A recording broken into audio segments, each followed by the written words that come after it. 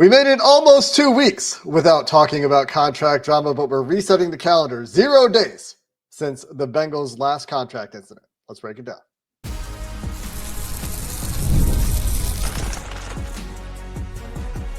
You are Locked On Bengals, your daily Cincinnati Bengals podcast. Part of the Locked On Podcast Network, your team every day. What up, Bengals fans, and welcome to another episode of the Locked On Bengals podcast, part of the Locked On Podcast Network, your team every day. I'm Jake Liscow. He's James Rapien, and we've been covering the Cincinnati Bengals here on Locked On Bengals for many, many years, nearing a decade of coverage here on Locked On Bengals. Boy, does time fly. If you're looking for daily coverage of the Cincinnati Bengals, you are thus in the right place. You can hit that subscribe button on YouTube or anywhere you get your podcast to make sure you don't miss an episode of the latest and greatest, or not so great in the case of contract drama, in terms of what's going on with the Cincinnati Bengals. On YouTube, everywhere you get your podcast. We appreciate all of you who are already everydayers and have those great listening habits like making Locked On Bengals your first listen.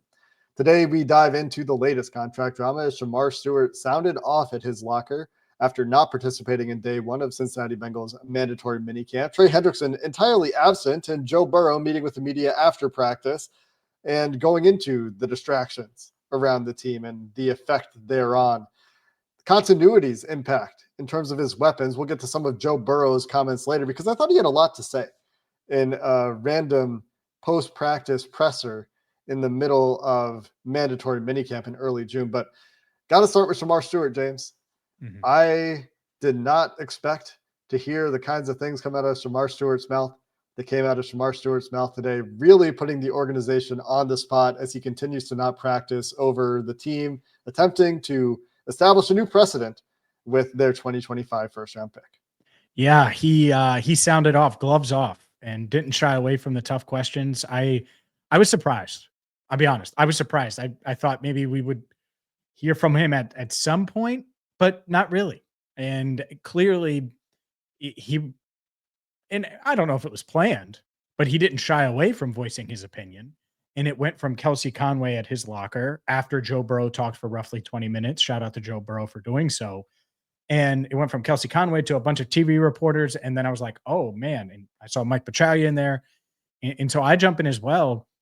And he spent over 10 minutes total with reporters. And boy, oh boy,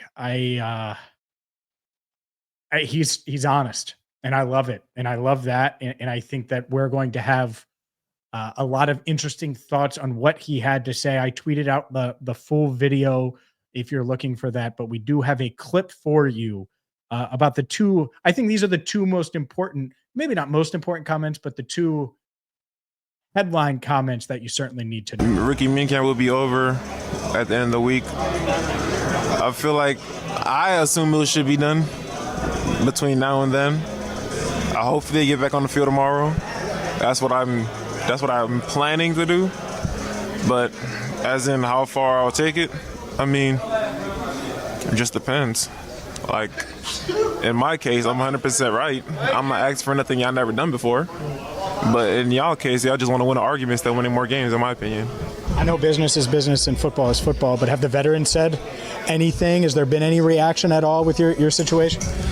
It made it very easy when the people in your locker room say you're doing the right things, especially the star players.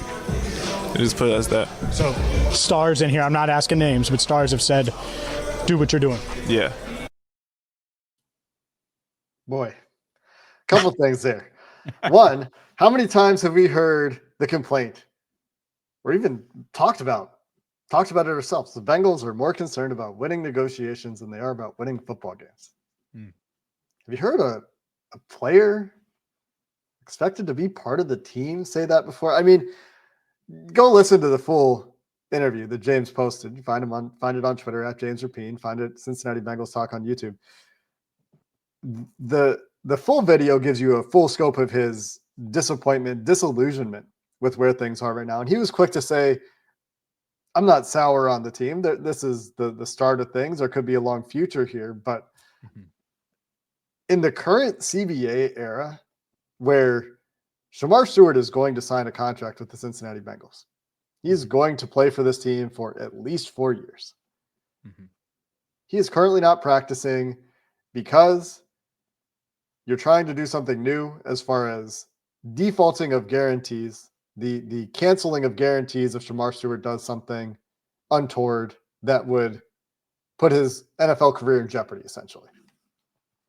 And I understand trying to establish that precedent as the Cincinnati Bengals, especially if that's common practice around the NFL. But Shemar Stewart is asking for essentially the same language that Amarius Mims got, the same language that Myles Murphy got. And that's why he said he's not asking for anything that the Bengals have never done before. And that sure does sound reasonable. And it in his mind sounds really easy. In our mind, I think it sounds really easy. In your mind listening, it probably sounds really easy. Just fix the language and get him on the field. Because he acknowledged how important it is to be on the field. We've talked about that a ton. Yep. And it's just very frustrating to continue to hear the same kinds of complaints that we've been talking about with this front office this offseason, previous off seasons, the difficulty for players to get things done that seem like they should be easy, that takes away from the football part of things. And if you're asking, let's just say it, if you're asking him to do something that hasn't been done, well, then maybe the compromise would be giving him more money up front, because basically what it is his guarantees that are guaranteed. They can get out of them if he messes up or screws up or gets suspended for a game or, anything happens. It's a way to jump out of it. And if other teams are doing that and have done that, I believe some have, not all, but some, I wonder if they've sweetened the pot a little bit to do so. And so that's it. I don't think they need to go that route. I also think that because they tried to do this and because things have gotten so contentious, something that I've pointed out on the podcast multiple times, we talked about it before the pod, this injury waiver, that's out the door now. Shemar Stewart doesn't care about the injury waiver. He wants his deal done. And the injury waiver is kind of like a safeguard. Well, now that they know the contract status is what it is, where there's this big thing the Bengals want him to do, it's contentious enough where he's like, no way. I'm not giving up any kind of leverage. And his camp is viewing it that way. And that's what's really tough now is you have Shemar Stewart, a rookie who needs the reps, 100% needs the reps. And at one point this offseason, I know was open to an injury waiver. And now because talks have gone this way, not open to the injury waiver anymore, wants to get the deal done, wants to play. I asked him, hey, do you want to practice on Wednesday? And a lot of you are probably listening and watching on Wednesday. And he said, I would love to be out there. He said, we got about 20 hours. And he looked at his watch. I don't know if he actually had a watch on it. He might have. But we got about 20 hours until practice. I would love to be out there. It's one of those things. I go back to when we talked about this a few weeks ago when Andrew Brandt said this could go into training camp. And I'm like, oh, I do not want to be watching Shemar Stewart not in uniform during camp, because that will be a huge storyline. Yeah. And we are at least one day closer, in a lot of words closer, to that being the case, which is really unfortunate. We're already going to have to deal with this Trey Hendrickson thing, unless that somehow gets resolved before training camp, which feels increasingly unlikely and is a distraction that Joe Burrow acknowledged when he talked to the media. And we'll get to that topic in just a second. Here is the one thing that could help. A whole bunch of first-round picks have signed their contracts, including pick number 16, Walter Nolan, and pick number 18, Gray Zabel, I think. Gray Zabel, 18. Typically, that means that if there is language in either of those deals that pertains to the contentious language that Shemar Stewart and the Bengals are disagreeing over right now, that should force the Bengals' hand. Could force the Bengals' hand if that language exists in the 16th and 18th picks contracts. You would think if it was in the 18th pick contract, it would have already kind of pushed the Bengals in a direction. But as we're going to see with the second round picks, what happens with the picks upstream and downstream for you impacts the contract that you sign with your pick. And so it's possible that 16 and 18 being done gives the Bengals the framework they need to get things done with Shemar Stewart. But that's not all the drama. we'll wrap up on Shemar Stewart and Trey Hendrickson still not present. Joe Burrow spoke to that distraction as we continue the discussion coming up next.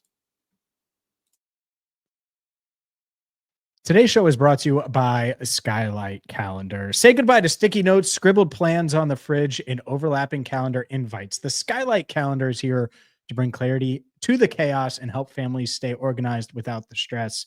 The sleek digital display syncs with your existing calendars, Google, Apple, Outlook, and more. I, in my life, have been awful at using a calendar, but at this stage, with two little ones, with the wife, with family, with chaos, with podcasting with Jake Liscow every single day, well, guess what? Skylight Calendar is something you need. I need. We all need a calendar, and Skylight Calendar is just going to make things so much simpler. And right now, Skylight is offering our listeners $30 off their 15-inch calendars by going to skylightcal.com/NFL. Go to skylightcal.com/NFL for $30 off your 15-inch calendar. That's skylightcal.com/NFL. So to wrap up on Shemar Stewart, he says he's not going to practice until the deal's done. It is fully within the Bengals' power to get the deal done. It seems like it should be easy. I remain unconvinced that it will be easy. And so while Trey Hendrickson isn't practicing, he's not even present. The Bengals' first-round pick, who's intended to bolster the pass rush, isn't practicing. Yeah. And Joe Burrow talked to the media. Do you have anything else on Shemar Stewart before we talk real about? Quick. Yeah, it's going to tie to Trey. It's so interesting. One thing Shemar said is he was like, "I think Trey Hendrickson's 99% right, but he's under contract, so you could 1% of you could make that argument. If I was the GM, I would give him all the money." Mm-hmm. he went on to say, "But I'm 100% right." Yeah, which I thought was like, man, like, can you imagine? And this ties to Trey, but what is said behind the scenes, if that's being said out in the open and fine. I mean, the other thing that really stood out, and obviously we played the clip, but the fact that stars, and I wonder who, but I don't think he used that term lightly, that stars, maybe Trey, probably not Trey, but you never know. Maybe it was Trey when they talked, weighed in on Shemar doing what he's doing. I just think it's a heck of a look for a team that definitely needs more pass rush help. The other last note on Shemar, he was asked about Zach Taylor, and I might get the exact verbiage wrong, but it was like, we've talked here and there. Yeah. So I think that's that it doesn't feel great, put it that way. I don't know how much communication there would normally be between Zach Taylor and Shemar Stewart.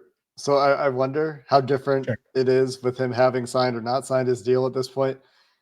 But it is an interesting quote. I mean, the quotables that came out of the Shemar Stewart discussion with the media are going to live on and are going to be taken in context, out of context, going to make the team look bad.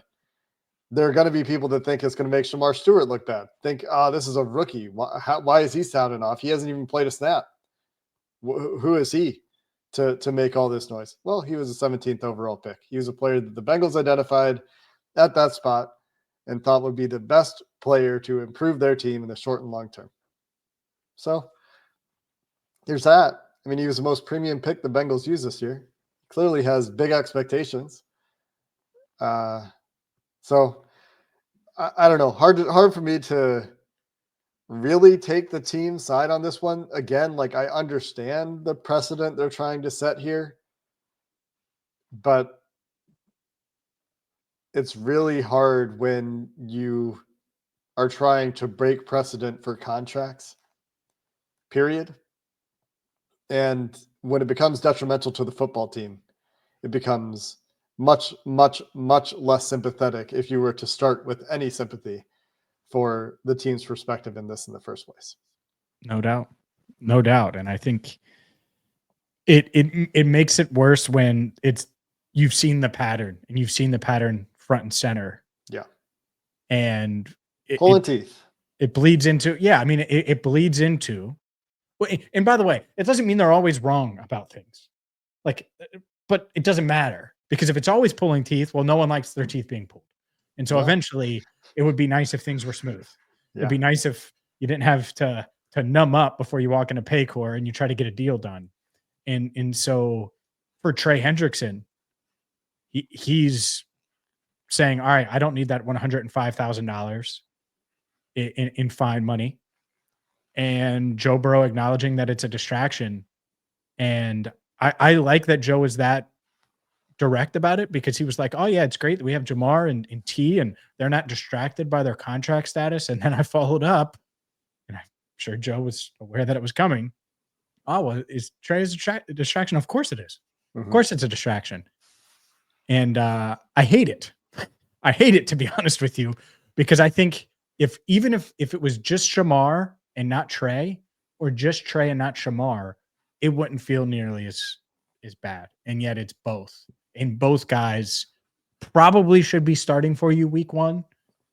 And I looked at a defensive line today that left to right was left to right. Let's not even do it. But it was Miles Murphy. It was TJ Slayton. It was Joseph Osai, and it was Cam Sample. And that's tough when Cedric Johnson's the fifth guy. And we're not talking about all these other guys that should matter, could matter. It didn't. Oh no, it wasn't Cam Sample. It was Chris Jenkins. So there you go. That's it. Regardless, you need these guys on the field, and obviously it's a distraction. Joe admitted it. You never want distractions. We're just coming off of an offseason marred by distractions. Last offseason was a big distraction, and it affected the offense, and the offense is the engine of the team. So at least the silver lining, as Joe Burrow points out, T and Jamar are locked in. They're locked up. They're locked in. There's no focus issues on the offensive side of the ball. There's no distractions on the offensive side of the ball. And the offense is going to drive this team.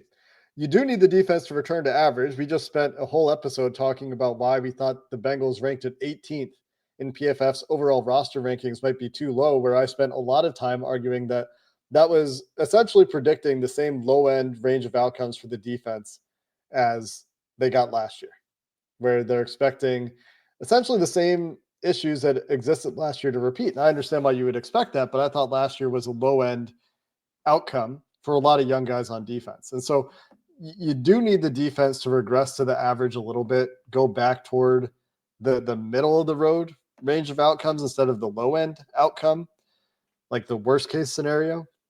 But this is a team that's going to be driven by the offense. And so if you're looking for the reason to feel good about things at this point in the offseason, it's where Joe Burrow's at. It's where he's at with his skill players. It's that the offense is having as normal an offseason, as normal a mini camp as you could hope. Now, of course, we would still like them to go sign one of those veteran guards we've been talking about for months.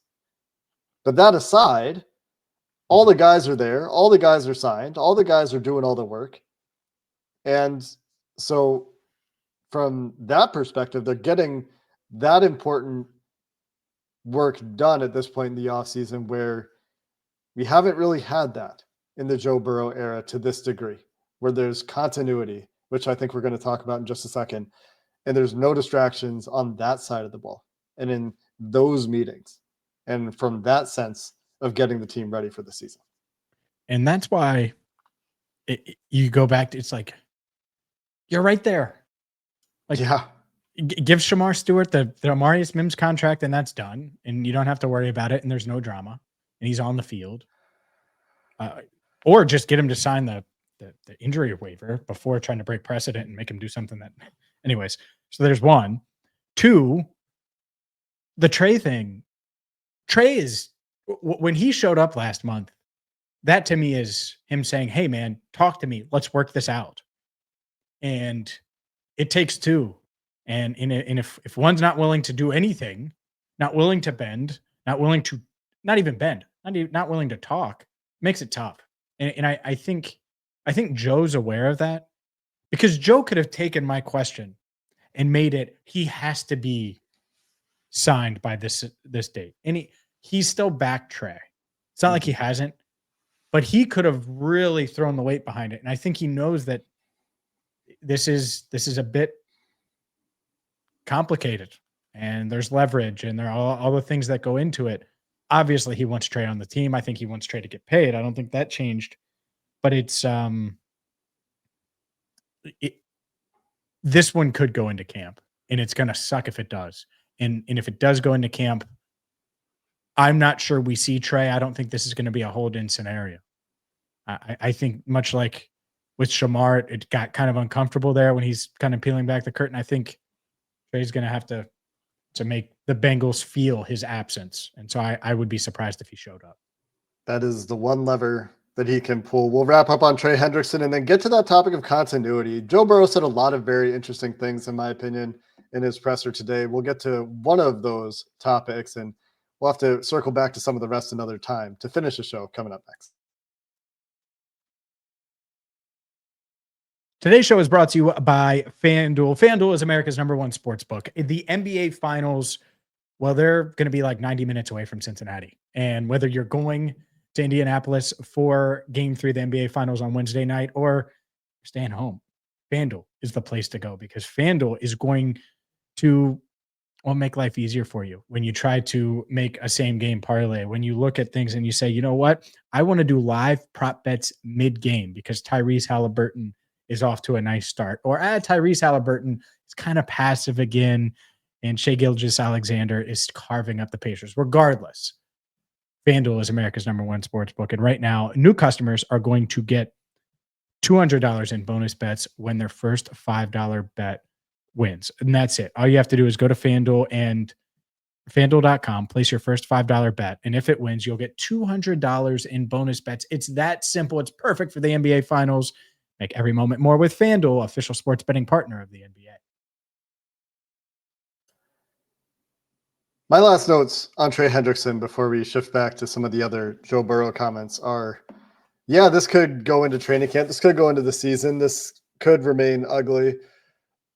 But Trey has very few options, because if he doesn't show up at all this year, his contract doesn't expire. He's not a free agent. And so where he does not have the leverage besides retiring, really, he is under contract, as Shemar Stewart pointed out. The only options he really has are to eat fines and make things uncomfortable and hope that that pressure is felt in a way that spurs the Bengals front office to action. Mm-hmm. And unfortunately for Trey, that is an uphill battle. That's a Sisyphean task in some ways, with the Bengals' history of really not caring all that much. Like, they don't like it, but it doesn't historically affect them in the way that players hope it does. So we'll see how that plays out. I do not envy the position that Trey Hendrickson is in. I have some sympathy there. I also have heard many, many people remind us time and time again that he agreed to this extension that gave him this 1 year. And so there's that complication, the age complication, all of the edge market exploding complication, all these complications, and a very difficult position for Trey Hendrickson from a leverage perspective with a team that really historically does not care. And I think that's why Joe is kind of measured. He knows Trey may have to go to the extreme, and if he's going to pop off, there's a time for that. But I don't think it's in June, right? Like, Joe may be super mad at the front office for how they're handling this. Very well could. But when you want to pull that lever when you need to pull the lever, right? He was clear and not aggressive, but pretty clear, like, not having Trey makes us worse. And he also talked a lot about aging. We're not going to get to this aging conversation today, but he talked a lot about aging and how quickly time passes. And this topic as well. And, you know, you combine that with the idea that you're not making the team as good as it could be this year. And there's something there. It's pretty cohesive. Well, one of the things that we'll get to with the aging is like how the hits compound, how the hits throughout his career. The hits in free agency and negotiating, those compound too. And that's why Joe was so outspoken about T. and so upfront and pushed it the way he did. And by the way, Trey was in that as well. And so there's no reason for us to believe that Joe feels any differently in January than he does now. Mm-hmm. And so if they want to drag this out, make it even uglier, and impact what could be Joe's best chance in a lot of ways to make another run at it, I'm sure it's going to really make him frustrated, and he's not going to forget that. And I think that's what it comes back to. And that's the card that will be interesting. Does he play it at the beginning of training camp? If nothing's done, that will be a huge topic when Joe Burrow talks at some point at the start of training camp. If Trey isn't done, I think we're going to talk more about Trey. I have some numbers in my head that I would offer Trey, that the Bengals should offer Trey. I waved at Katie today and I was like, man, I wonder if I should give her the numbers. And I did not. I'm kidding. But I did see her today. So who knows? Maybe TJ Hushmanzada, who's at practice, was saying, hey, give him the deal, get it done. Or maybe he was like, man, I never should have left Cincinnati. It was stupid that I did. And I should have just taken the deal you guys offered. You never know. You never know. Because I think he does regret going to Seattle. He had a great shirt on. Really great shirt that TJ Hushmanzada was wearing at that practice. So that's my thought on TJ. Love TJ. Nice to see him around, see him in Cincinnati. The Trey Hendrickson topic will remain frustrating. And there are going to be listeners out there who, if you're still listening at this point, you're frustrated. I hear you. We don't want to be talking about this stuff either. We don't want to be dealing with this stuff either. It's annoying as our perspective, my perspective at least, as well. And the question that I asked earlier this offseason for the everydayers that remember me saying it, if not now, when, that question has been answered, I think, this offseason. This is an opportunity. This should be seen by this front office as a chance to really do things with your core on offense. And it's just disappointing to see them not doing everything they could be doing to make this feel like, yeah, they're trying. They're trying their best. They've pushed their chips to the table. And instead they're sitting on like $30 million in cap space. In reality, it's like $10 million less than that because of all the in-season expenses. So it's a ton of cap space. They could do literally anything. 20 million in cap space. Like I know anything. You know, but like, oh my God. Anything they want. Like anything they want. Literally like anything they want. You're thinking about, plus the other free agent you're thinking about, plus Trey. And that's including, by the way, the 10 million you're including includes Shemar's deal. It's not like Shemar's deal is going to impact it. Includes the rookies. So yeah, anything they want. They could sign us. Sign us. League minimum. The one last positive that we can finish the show on here for anybody who's stuck around. Everyone's for one final positive here is Joe Burrow talked about the positive of continuity. So where we've been talking about all these guys that Joe Burrow wanted the Bengals to bring back, they got the guys done on offense, T. Higgins, Mike Gesicki, the two weapons, and they got Jamar Chase's deal done, obviously. But the two guys that were potential free agents, potential departures, Joe Burrow talked about the continuity of having not just those guys back, but also another year with Andre Yosavash, another year with Jermaine Burton, another year with Charlie Jones. And it stood out to me that Joe Burrow mentioned those guys as well and praised the wide receiver depth as well, but talking about the steps those guys are taking and not having to take anybody under his wing. No newcomers who's like, this is how I want you to run this route. This is how I want you to execute this concept. This is what I want you to be thinking about when a play breaks down and we're in a scramble drill. And maybe they're still talking about some of those things, but not having to do it from scratch with any new players. I do find that to be a somewhat compelling piece of argumentation from Joe Burrow that suggests that there's no reason to expect offensive regression here. If anything, we could expect, at least from a skill player perspective, obviously, not talking about the offensive line here at all, but from a skill player perspective, you can expect those guys to continue to perform at the level they did last year, if not better, with more experience in the system, with that continuity. Where we talked about continuity on the offensive line before and stuff like that, but I did find it to be fairly compelling from Joe Burrow to point out that they can spend that effort and that time they would spend in the past catching somebody up on other things that should, in theory, improve the efficiency and the alignment, to use that word again, of the Bengals skill players with their quarterback.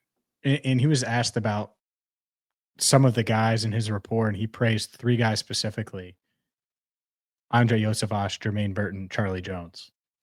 And it's interesting because in practice, he hit Charlie over the middle in 7-on-7 in like an awesome play by Charlie, awesome play by Joe, and a really good throw. Another one where he found Mike Gesicki over the outstretched arms of Logan Wilson. Like, you're seeing that continuity. Last year at this time, he was trying to get Mike Gesicki caught up and get him comfortable. Charlie Jones is a young player that's trying to find his way on offense and hasn't contributed. Andre got the praise from T last week. Well, clearly Joe feels the same way. And then obviously Jermaine Burton and just everything that goes with him and everything that's been the Jermaine Burton experience. If he does figure it out, no one doubts that he can help this team.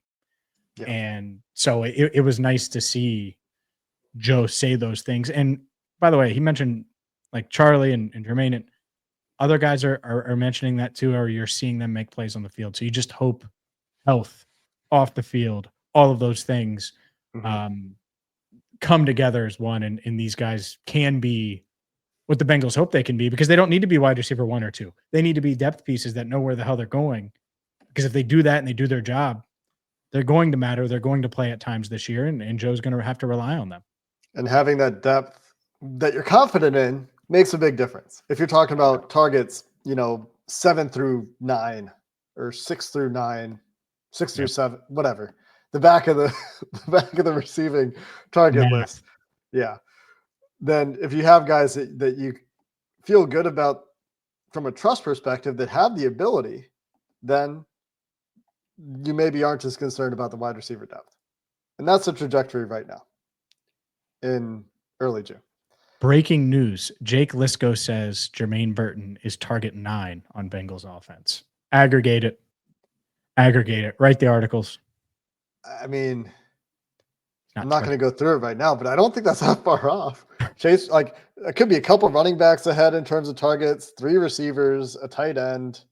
So you're already at 7 or 8. I can't. So you're being practical. I was just trying to get the people going. Yeah, I mean, you gotta go through the list. There's a lot more from Joe Burrow that we didn't get to today. We probably won't get to it in our next show either. That'll be coming out after minicamp concludes on Thursday evening, Thursday afternoon. We'll hear from a bunch of coaches between now and then. We'll have a couple more days of practice between now and then. Of course, if anything breaks, we will have you covered. If Shemar Stewart signs his deal, for example, that is something that will bring James and I very likely back together to discuss the implications thereof. And we'll hopefully have time to circle back to Joe Burrow's comments a little bit later on, perhaps Sunday evening in the next episode of Locked On Bengals after Thursday's episode. So 2 episodes from now. But that's going to do it for this episode of the Locked On Bengals podcast. Until next time, thanks for listening. Hoo day, and have a good one.